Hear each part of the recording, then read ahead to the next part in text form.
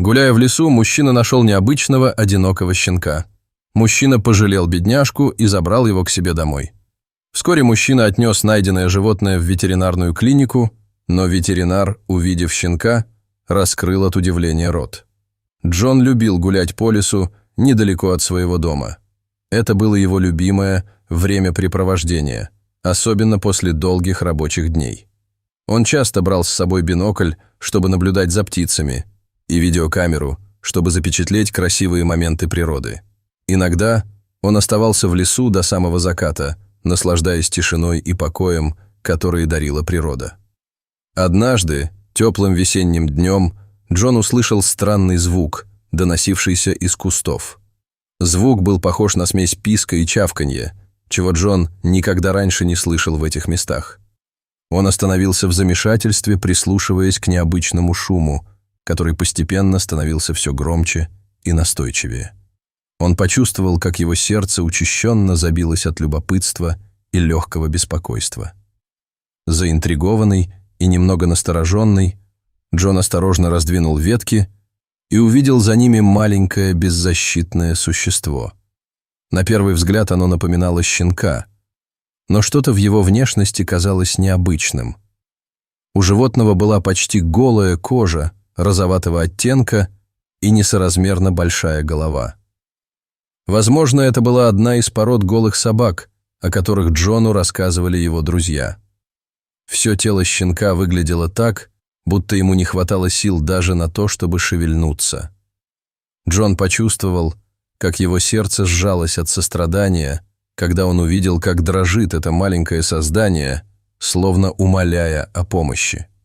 Он представил себе, как долго этот щенок может находиться здесь в одиночестве, изо всех сил пытаясь выжить. Щенок выглядел истощенным и слабым. Его бока часто вздымались, и он дрожал всем телом, как будто находился в постоянном страхе. Джон понял, что не может оставить его здесь одного. Он снял свою куртку и аккуратно завернул в нее животное, стараясь не причинить ему вреда. В этот момент он почувствовал глубокую связь со щенком, как будто теперь его обязанностью было позаботиться о нем. Когда Джон взял щенка на руки, он почувствовал, как быстро бьется его маленькое сердце. Кожа животного была теплой и немного шершавой на ощупь. От щенка исходил странный запах, не похожий на запах обычных домашних животных. По дороге домой Джон внимательно разглядывал свою находку. У животного были необычно большие глаза с длинными ресницами, которые придавали ему еще более загадочный вид. Его морда была вытянутой, с маленьким приплюснутым носом на конце. Лапки казались непропорционально большими по сравнению с телом, а хвост был короткий и толстый. Джон задумался о том, что он никогда в жизни не видел подобных щенков и откуда он мог взяться в этих краях. Мужчина попытался вспомнить, не слышал ли он когда-нибудь о таких щенках, но ничего не приходило в голову. Внезапно животное начало издавать пронзительные звуки, похожие на крик о помощи. Джон ускорил шаг, чувствуя, как его сердце колотится от волнения. Он боялся, что щенок может умереть у него на руках. Дома Джона встретила жена Сара. Она удивленно вскрикнула, увидев странного щенка в руках мужа. «Где ты его нашел?» – спросила она со смесью любопытства и опаски. Джон подробно рассказал, как нашел брошенного щенка в лесу, и добавил, что не смог пройти мимо в надежде спасти ему жизнь. Сара, почувствовав жалость к малышу, сказала, что в первую очередь нужно накормить его. Она быстро нагрела молоко и попыталась напоить существо из бутылочки с соской.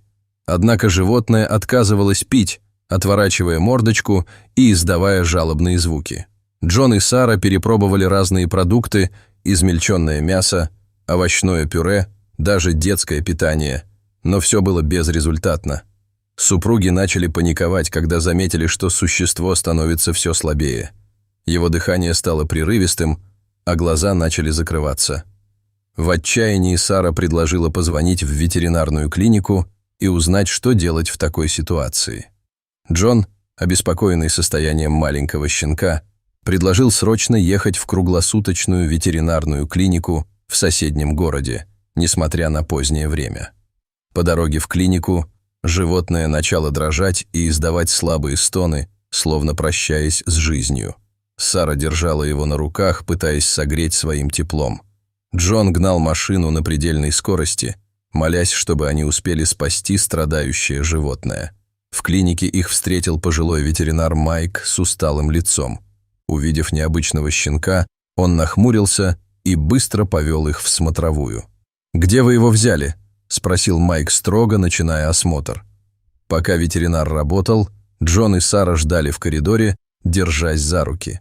Они слышали, как в смотровой что-то падает и звенит, а ветеринар громко отдает команды медсестре.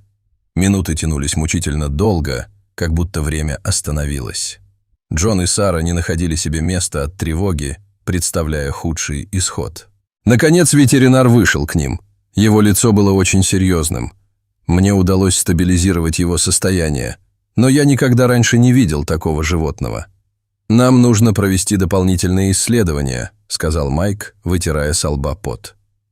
Джон и Сара провели бессонную ночь в клинике, по очереди дежуря у клетки с их необычным подопечным. Они наблюдали за каждым движением щенка, которого они назвали Бадди, с надеждой на то, что он сможет поправиться. К утру им показалось, что животное чувствует себя немного лучше. Щенок даже попытался встать на свои странные лапы, вызывая у супругов смешанное чувство облегчения и тревоги. Бадди еще сутки провел в клинике, после чего ветеринар сообщил супругам, что они могут забрать щенка домой. Майк дал супругам пакет питательного корма. Это было единственное, что соглашался есть их необычный питомец. Джон и Сара с радостью забрали Бадди домой, уверенные, что теперь все будет хорошо. Через 2 дня им позвонил ветеринар Майк, чтобы узнать о состоянии Бадди. Он также сообщил, что его коллеги-зоологи очень заинтересовались необычным существом. Ученые предположили, что это может быть детеныш редкого вида животных.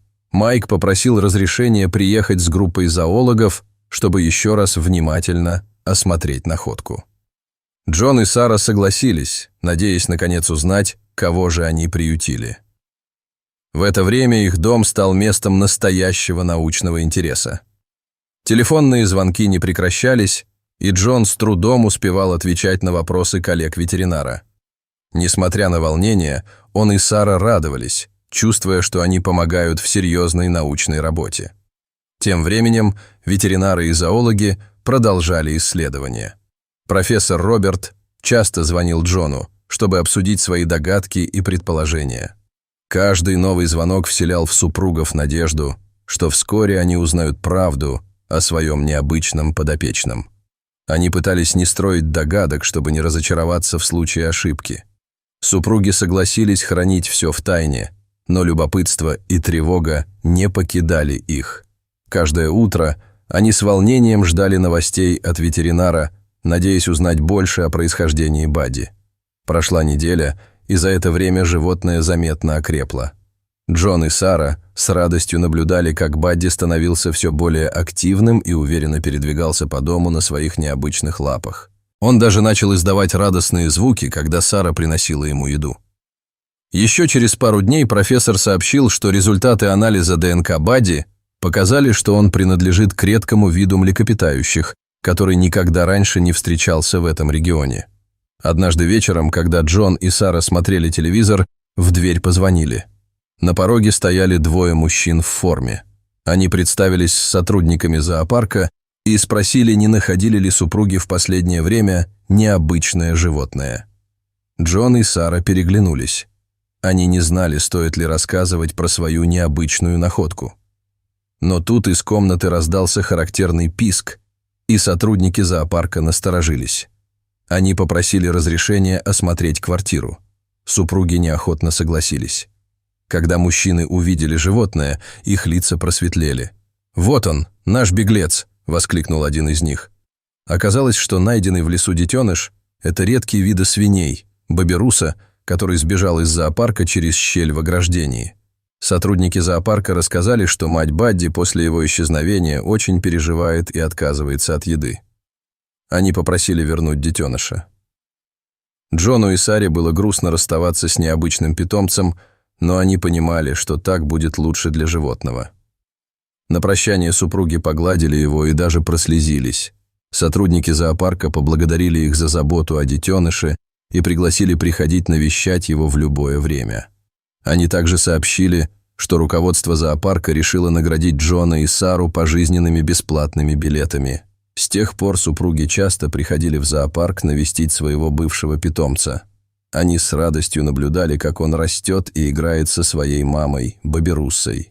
А дома у них осталась фотография необычного питомца и память о невероятном приключении, которое они пережили вместе. Эта история стала частью их жизни. Джон и Сара часто рассказывали о ней своим друзьям и близким, добавляя каждый раз новые детали и эмоции, которые они испытали в те удивительные дни.